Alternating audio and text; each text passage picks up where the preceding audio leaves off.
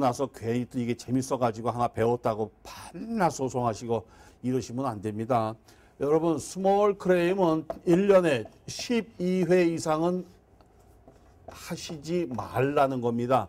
그래서 12회 이상 파일하게 되면 접수비가 달라집니다. 접수비가 건당 100불로 바뀝니다. 처음에 30불 내던 사람이 당신은 1년에 12번 냈네요. 지금 13번째네요. 그러면 소송 가액과 상관없이 접수비가 100불로 바뀝니다. 그런데 이것은 12번 내는 것뿐이 아니고 5,000불 이상이라면 5,000불짜리 소송 5,000불 이상이면 연간 1년에 2회까지만 가능합니다. 즉 2회가 넘어가면 못한다가 아니고 2회가 넘어가면 역시 접수비가 100불로 올라가 버립니다. 그러니까 스몰 클레임은 즐겨 하시지는 말고 사는 동안에 꼭 필요할 때 한번 내 권리를 찾을 때 한번 쓰신다. 이렇게 하셔야 됩니다. 그리고 중요한 것은 원고는 어필할 수 없다. 피고는 어필할 수 있는데 어필하게 되면 고등법원으로 넘어간다. 이것이 달라지는 것이고요. 그 다음에 그때부터는 변호사의 조력을 받을 수가 있다. 그러니까 변호사는 남한테 나가는 것이 아니고 상대방도 변호사와 같이 나올 수 있거든요. 그러니까 내가 항소함으로 해서 이제부터 상대방은 변호사와 함께 나와서 그렇지 않아도 본인이 거짓말 잘하더니 이제 변호사까지 같이 나와가지고 소송한다. 이럴 수 있다는 것도 염두에 두셔야 됩니다. 그런데 말입니다, 여러분. 소송을 하는데 소송 당사자가 참 곤란하게도 소송 당사자, 상대방이 변호사인 경우가 많습니다. 변호사를 소송한단 말입니다.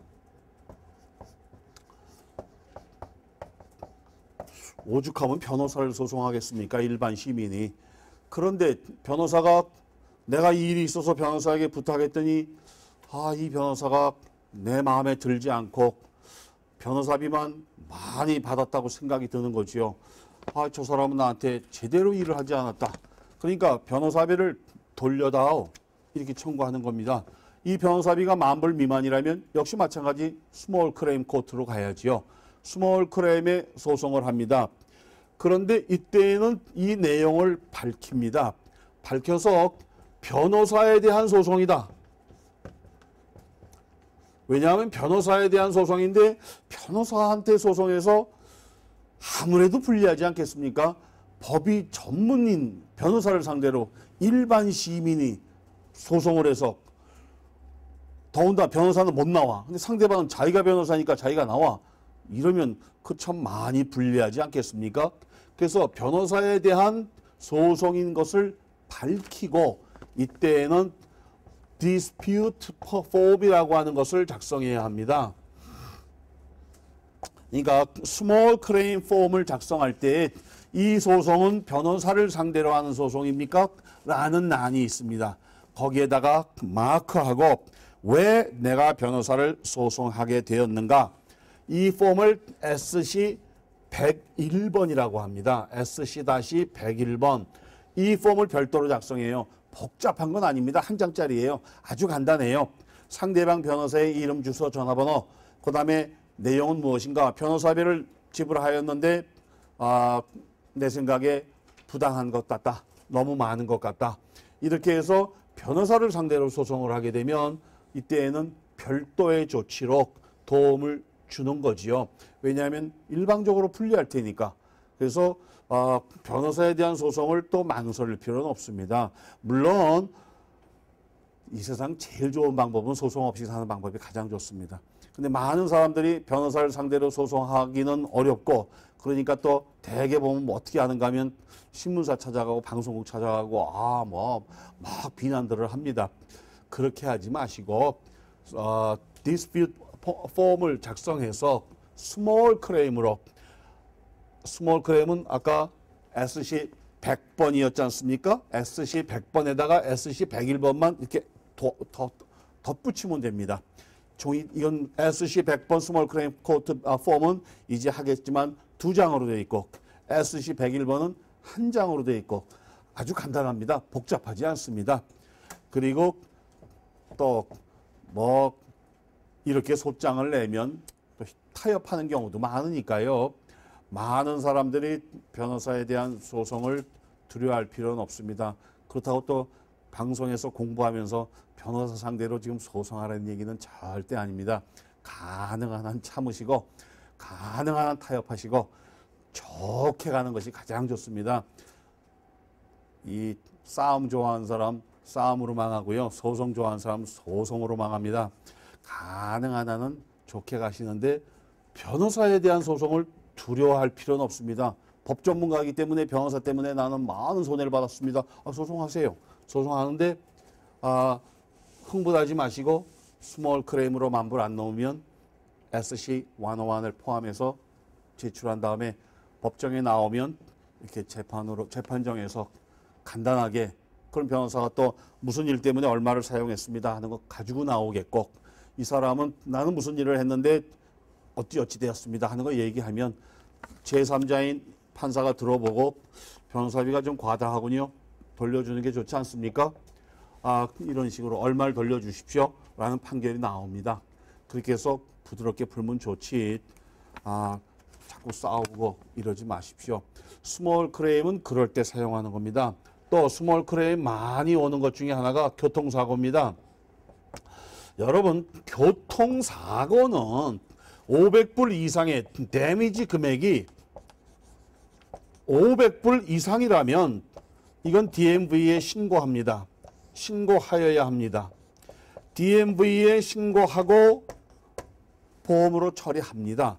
그런데 500불 안 되는 경우라든가 또는 500불은 넘어도 액수가 그렇게 많지 않은 경우에 교통사고도 많습니다. 가다 보니까 빨간불에 섰는데 누가 와서 쿵 들여받았다.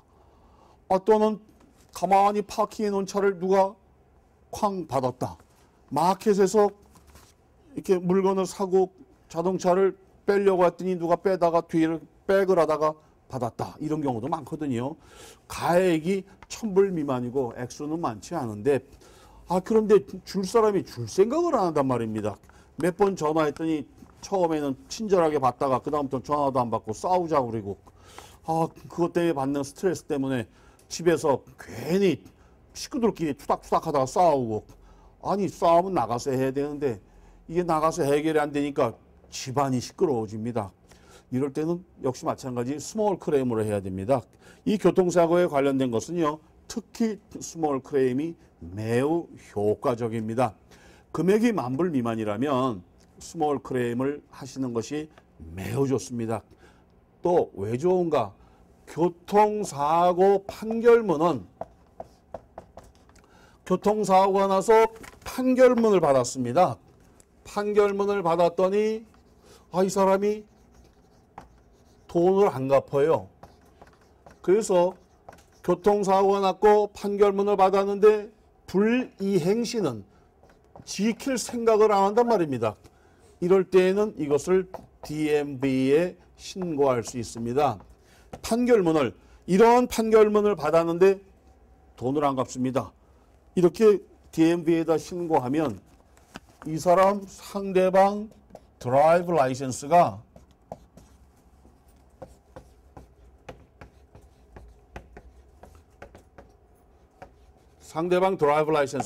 죽습니다. 죽는다는 것은 정지된단 말이죠. 그러니까 상대방 드라이브 라이센스가 정지됩니다. 상대방은 이걸 모릅니다. 모르고 그냥 차를 타고 다닙니다. 그러다가 만약에 티켓이라도 발부받으면 현장에서 체포됩니다. 왜냐하면 드라이브 라이센스가 죽은 걸 가지고 지금 운전하고 다니고 있거든요. 무면허 운전입니다. 이게 상당히 큰 문제가 생깁니다. 그냥 간단하게 잘못했다 사과하고 몇백 불 물어냈으면 좋을 걸 그러지 않고 괜히 어떡할 건데 맘대로 해봐 이러고 다니다가 드라이브 라이센스 리복되면 아무것도 아닌 일에 간단하게 티켓 받고 말 일에 체포돼서 사람 많은 길거리에서 체포돼 가는 수도 있습니다. 그러니까 특히 교통사고에 관련된 것은 액수가 10,000불 미만이라고 자기가 생각한다면 스몰 클레임을 활용하시기를 적극 권장합니다. 그러니까 스몰 클레임이라고 하는 것은 조금 내용을 아는 분들은 도와주시면 좋겠고, 또 일반 시민들도 이제는 스몰 클레임 정도는 직접 해결할 줄 아는 것이 가장 좋습니다. 그래서 스몰 클레임에 대해서 잘 기억을 해주시고, 이제 스몰 클레임 서류 작성법을 공부할 것입니다. 폼을 다운로드 받으시거나 방송국에서 받으셔서 폼을 다 이제 가지고 하시면 좋고, 아직도 폼이 준비가 안 됐으면 그냥 들으시면서 해결하셔도 됩니다. 스몰 클레임의 폼 작성법은 이것은 간단합니다. 어렵지가 않습니다. 첫째, 플레인팁, 원고. 원고의 이름, 주소, 전화번호, 이것만 있으면 됩니다. 두 번째, 피고. 피고의 이름, 주소, 전화번호, 이것만 있으면 되고요. 세 번째, 왜 이 장소에, 왜 이 장소, 이 장소란 이 법원에, 이 장소에 파일 하는가, 이것만 마크하고요. 왜 그 많은 법원 중에서 하필이면 당신은 이 법원으로 왔어? 1번, 피고가 이곳에서 살고 있습니다. 또는 피고의 비즈니스가 이 장소에 있습니다. 2번, 우리가 예전에 이 장소에서, 이 관할구역에서 계약을 체결했습니다. 3번, 우리가 이 장소에서 그 계약을 이행했습니다. 이 부분 중에 하나가 맞는 것. 그런데 98%가 피고가 이 장소에 살고 있거나 이 관할구역에서 비즈니스를 하고 있습니다. 대개 거기거든요. 거기에 마크만 하면 되고요. 네 번째, 소송 가액을 적습니다. 여러분, 이 소송 가액이 문제입니다. 소송 가액은 정확하게 원금만을 기록하는 것입니다. 예를 들자면 내가 저 사람에게 2년 전에 5,000불을 빌려줬거든요. 근데 그 5,000불 만약에 그때 내가 이 사람한테 안 빌려줬더라면, 이거 갖고 주식을 샀다면 지금쯤 15,000불은 됐을 텐데요. 3배는 올랐거든요. 라든가. 그때 내가 이 돈 빌려주지 않고 이 돈 가지고 그날 내가 선을 보러 가려고 그랬는데, 그때 선을 봤더라면 굉장히 아주 훌륭한 좋은 여자와 결혼했을 텐데, 이때 돈 빌려가는 바람에 내가 선을 못 봐서 지금의 내 아내와 살고 있잖아요. 란다든가. 이런 거는 안 된단 말입니다. 내 원금만, 내가 손해본 거 얼마? 5,000불.